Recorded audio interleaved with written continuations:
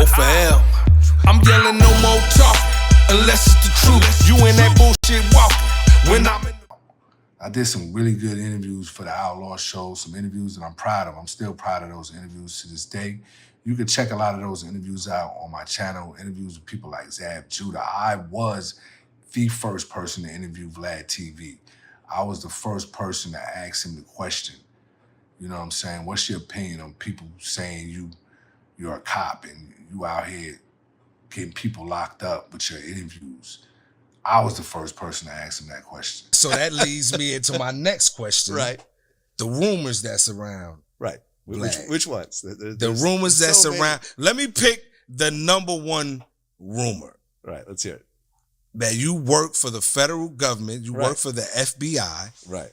You're an informant of some sort that is here planted amongst the hip hoppers to get them all locked up, and you're doing the government's bidding. Right. How do you feel about that rumor, and what's your response to it? I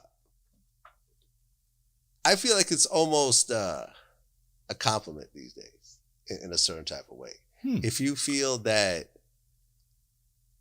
I go so far with my questions that I almost sound like the police, it almost sounds like an interrogation, that means that I am pushing the limit to my art form, you know, as far as I could possibly get it.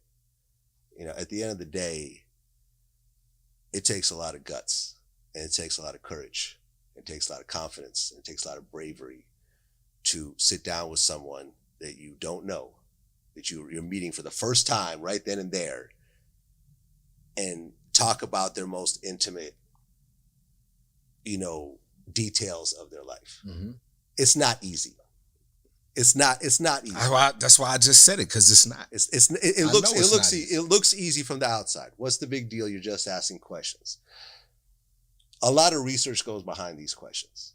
Sometimes weeks of research, you know, not only traditional research, but talking to people. You know, I've called you at various times as I'm getting ready to interview someone else and say, hey, do you know about this and what you should go talk to this person, and you're kind of connecting the dots and finding out stuff. So when sometimes people will sit down and be like, you know, like little baby was like, how do you know that? Like, you know, I'll ask them a question like, how did you even know that? Like, because we're researching, right? Because we're digging in deeper than most other people.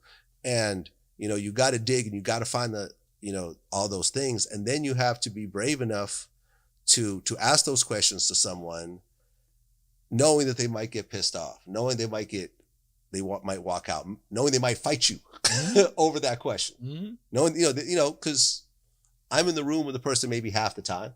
You know, half the time we're doing it remotely, half the time we're in the room together. You know, knowing that there might be some personal danger to your own safety by asking this question. And to do that over and over again for 13 years is a lot. Mm-hmm. It's a lot that goes into it. So you honestly take it as a compliment now? By this time, right. It doesn't irk you anymore. No, because I'm not trying to hide anything. It's not like I used to be the police and I'm trying to, trying to hide the fact. I don't have any association with the police or the feds or anything else like that. I have a successful business that speaks for itself, right? I wasn't just planted there and, out of nowhere, suddenly I'm paying thousands for interviews.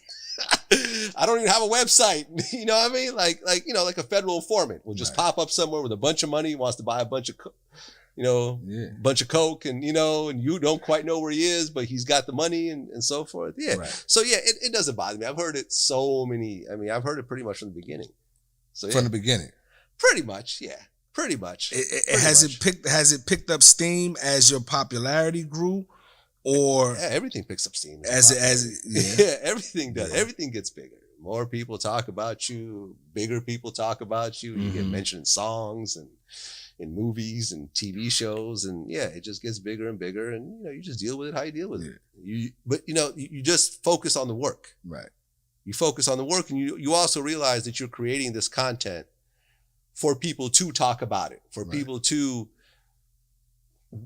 celebrate it or hate it, and create conversations around that, which ultimately brings more energy to what it is that you do. Like we don't I'm not creating this stuff and playing it in my basement to 3 people. Like I'm opening it up to the world. And no, because I was just gonna say you're now being covered by other media outlets. Yeah, they're taking your content and using it. Yeah, they always have. Like, you know, like, I mean, we were on Wendy Williams yesterday. Wendy was playing our Vivica Fox clips and talking about the Vivica Fox stuff is floating around a lot. Yeah, it's floating around. Number of different places. It's floating around. You know, a bunch of epic interview. Yahoo News picked it up. You know, I mean, we've been on from CNN to Fox to whoever. Right. You know, over time.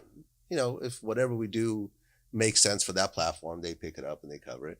So yeah, I mean, the stuff. You feel legitimized. Does that make you feel legitimized that like CNN using your shit? Yeah, I mean, yeah, a bigger platform. You know, I mean, we know how big we are.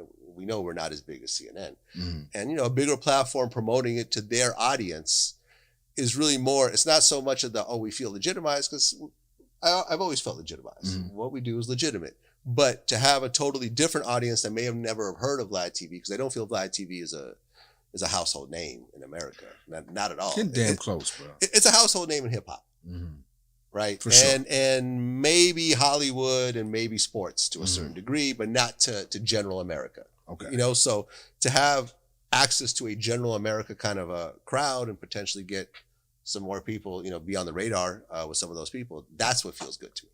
You know what I'm saying? And so I'm proud of what we did at the Outlaw Show. I'm proud of, you know, all of those interviews and things of that nature, but now it's time to go ahead and do it a different way.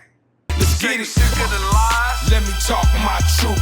You just want the facts. I'ma talk my truth. We got that real to real. Let me talk my truth. We gon' keep it a bill. I got to talk my truth. That'll